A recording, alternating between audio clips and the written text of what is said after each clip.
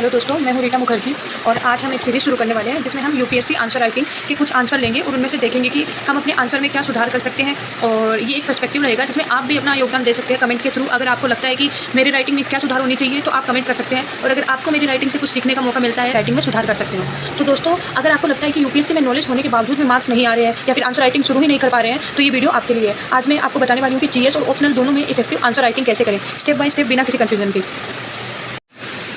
आज का हमारा प्रश्न है, कार्ल मार्क्स द्वारा प्रस्तुत ऐतिहासिक भौतिकवाद का सिद्धांत कहाँ तक प्रासंगिक है, 100 उदाहरण बताइए। हालांकि जब ऐसे क्वेश्चन आते हैं कि कहाँ तक प्रासंगिक है, इसका तात्पर्य होता है कि इसमें अप्रासंगिकता भी पूछी जा रही है। पहले हमें ये बताना है कि ये कहाँ तक प्रासंगिक है, मतलब आज भी इस सिद्धांत के क्या पॉजिटिव पॉइंट है, ये हमें पहले बताना है। और इसके बाद हमें इसके कुछ नेगेटिव पॉइंट भी बताने हैं कि इस सिद्धांत की अप्रासंगिकता मतलब आज ये कहाँ काम नहीं आ रहा है, कहाँ इसका महत्व देखने को नहीं मिलता है। ये क्वेश्चन 150 शब्द में है, तो इसको देखते हैं। देखिए, भूमिका लिखने के दो तरीके होते हैं। एक तो हम सीधा इससे स्टार्ट करें कि क्या है और क्यों है। प्रश्न को उठाएंगे और प्रश्न का जो मेन कंटेंट है उसमें हम देखने की कोशिश करेंगे कि ये क्या पूछ रहा है और इसके अंदर क्या के साथ हमें क्यों का जवाब देना होता है। लेकिन जो दूसरा तरीका होता है भूमिका लिखने का, वो ये होता है कि क्वेश्चन के जो पक्ष पूछे गए हैं उनको जोड़कर फिर हम भूमिका लिखें। तो जो पहला तरीका होता है वो स्टार्टर में जो फ्रेशर बच्चे होते हैं उनके लिए होता है, और जो दूसरा तरीका होता है वो धीरे धीरे जब स्टार्ट से लेके मतलब जो एडवांस पर जाने लगते हैं, एडवांस राइटिंग में, तो उनके लिए दूसरा तरीका सबसे बेस्ट। मैंने जैसे इस क्वेश्चन की भूमिका लिखी है कि मार्क्स के ऐतिहासिक भौतिकवाद सिद्धांत पूंजीवादी समाज में वर्ग शोषण, वर्ग विभाजन व संघर्षों जैसे महत्वपूर्ण पक्षों का विश्लेषण करता है, परंतु आज बदलते वैश्विक परिदृश्य एवं लोक कल्याणकारी राज्य के उद्भव के साथ इसकी प्रासंगिकता पर प्रश्न खड़े हुए हैं। तो जैसे हमें सिद्धांत के बारे में भी थोड़ा बताना है और आज इसकी जो प्रासंगिकता है उसके संदर्भ में भी भूमिका को दोनों को जोड़कर दिखाना है। अगर आपको भूमिका लिखने में दिक्कत हो रही है तो आप सीधे क्या और क्यों से शुरू कीजिए कि ऐतिहासिक भौतिकवाद क्या है और इसकी ज़रूरत क्यों पड़ी थी, तो यहाँ से आप भूमिका शुरू कर सकते हैं। फिर मैंने इसको कनेक्ट किया है क्वेश्चन को आगे के लिए, तो इसकी कनेक्टिंग लाइन है जैसे, परंतु फिर भी वर्तमान समाज में संसाधनों के विभाजन व शक्ति के उपयोग में मार्क्स कई रूपों में प्रासंगिक नजर आते हैं। पहले हम प्रासंगिकता लिखेंगे क्योंकि इसमें महत्वपूर्ण हमें प्रासंगिकता ही बतानी है। तो पहले है प्रासंगिकता, इसमें देखें तो देखो, कॉरपोरेट बनाम गिग वर्कर्स में आज भी वर्ग संघर्ष का अस्तित्व विद्यमान है। आज भी हम देखते हैं कि भाई जो कॉरपोरेट मजदूर होते हैं, गिग वर्कर्स होते हैं, उनमें आज भी संघर्ष बना रहता है। दूसरा है कि आज भी पूंजीवाद की असमानताएं बढ़ी हुई है। विश्व में कुछ लोगों के पास ही 90% संसाधनों का संकेंद्रण है। और तीसरी इसकी प्रासंगिकता देखें तो आज भी अर्थव्यवस्था, राजनीति और समाज को प्रभावित करती है। हाल ही ईरान में बढ़ती महंगाई व मुद्रास्फीति के कारण वर्तमान सत्ता का विरोध हुआ था। हालांकि फिर ईरान में अमेरिका और इजराइल का युद्ध वाला सीन भी शुरू हो गया था। इसी वजह से विरोध बाद में दब गया था।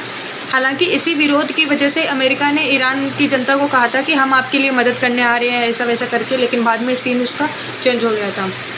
आज भी श्रम का शोषण, चौथी इसकी प्रासंगिकता मैंने लिखी थी, आज भी श्रम का शोषण श्रमिक ठेका, श्रमिक व कॉरपोरेट वर्कर्स के रूप में विद्यमान है। वहीं वैश्वीकरण के बाद एमएनसी द्वारा राजनीतिक लाभ भी इसकी पुष्टि करता है। तो आज भी जो ये शोषण के रूप है मैंने यहाँ लिखी है कि आज भी इस सिद्धांत का महत्व कहाँ देखने के लिए मिलता है, तो ये हो गया। फिर हालांकि मार्क्स का, अब हमें इस क्वेश्चन को संतुलित करना पड़ेगा क्योंकि इसमें केवल कहाँ तक प्रासंगिक है यही नहीं लिख सकते, इसमें अप्रासंगिकता भी बताना पड़ेगा। कहाँ तक का मतलब होता है कि एक स्केल अगर लें तो कहाँ तक इसमें सही और कहाँ तक गलत है, तो ये हमें बताना पड़ता है सिद्धांत।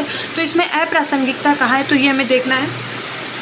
अप्रासंगिकता का इसमें देखें तो हालांकि मार्क्स का सिद्धांत यूरोपियन परिवर्तनों पर आधारित था, अतः बदलती परिस्थितियों में मार्क्स कई जगह अप्रासंगिक भी नजर आते हैं। जैसे परिवर्तन का कारण मात्र अर्थव्यवस्था नहीं वरन राज्य एवं धर्म भी है। उदाहरण इसका ईरान के रूप में देख सकते हैं। इसमें दूसरा है, आज भौतिक उत्पादन से उत्पादन व्यवस्था तकनीकी ज्ञान व कौशल की ओर परिवर्तित हुई है।